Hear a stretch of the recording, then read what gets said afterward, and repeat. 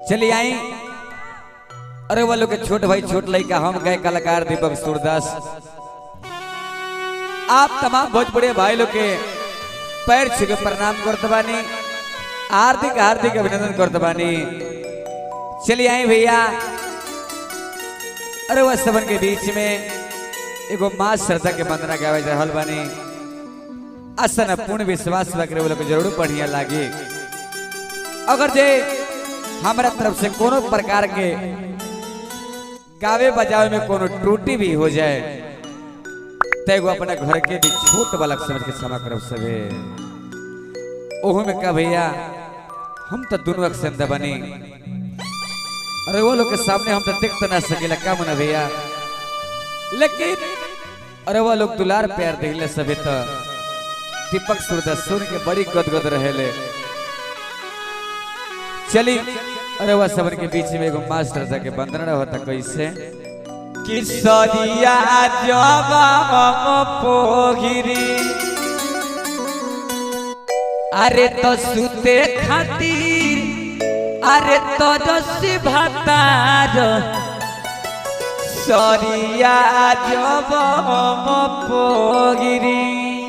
अरे बेयासी है कहबो कि कुछ औरो कहबो ना मने भैया हम लय देखत रहनी है।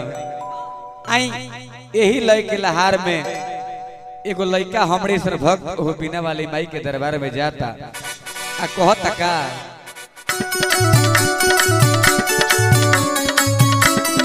क्या बात है ए मुन्ना भैया। अरे गर्दा महाराज अब माई सरस्वती के नाम ली भैया।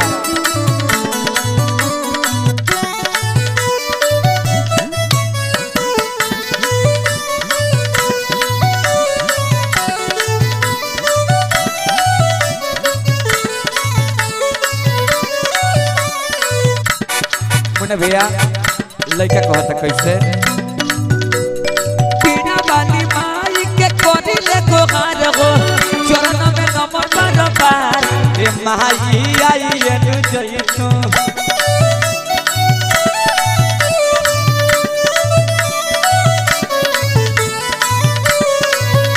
के लइका करत गोहार माई आई एनु जइतो। अरे त्यो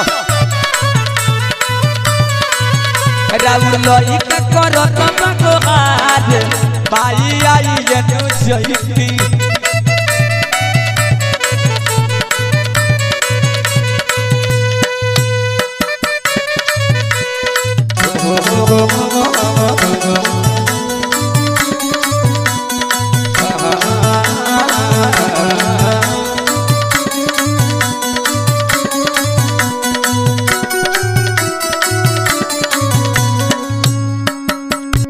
भाव में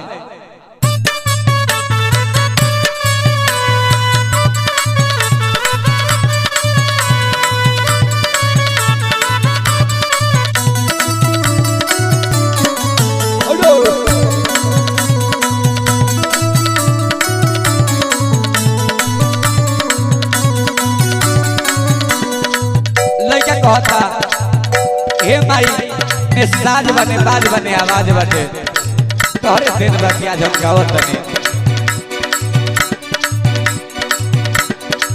मन पर गवार बानी कुछ के नलूर बा का कहिए माई लइका मजबूर बा। ए मन पर गवार बानी कुछ के नलूर बा का कहिए माई लइका मजबूर बा।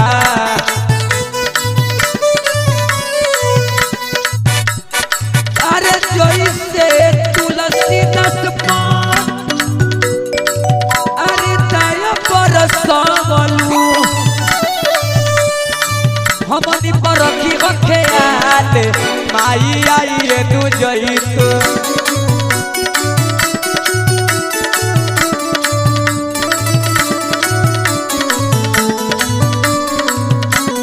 लइका करत गोहार माई आई एनु जइतो।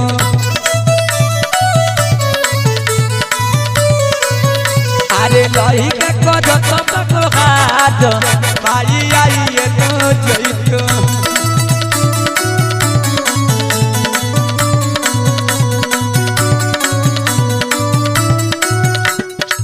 लड़का कहता का हंस के सवारी पर बीड़ा बजावेलू भक्त के पुकार सुनी धावल आवेलू हंस के सवारी पर बीना बजावेलू भक्त के पुकार सुनी धावल आवेलू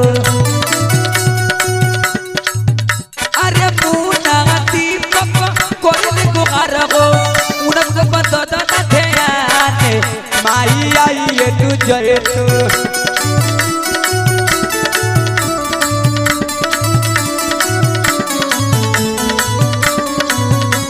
हे लइका करो तो हाथ माई आई तू जइतो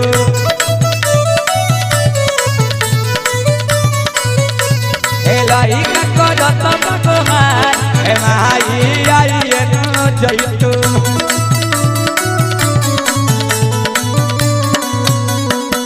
तो आइए अभी प्यारा सा प्रस्तुति आप सब दीपक सूरदास जी की आवाज में सुन रहे थे और ये माता सरस्वती का गीत है। देखते हैं आप लोग मेरे दीपक भाई को कितने लोग सपोर्ट कर रहे हैं। तो प्लीज आप सब कमेंट बॉक्स में जाइए, धक कमेंट कीजिए। भाई को बहुत हम उदास देख रहे हैं आजकल, प्लीज आप लोग भी इनको सपोर्ट करिए।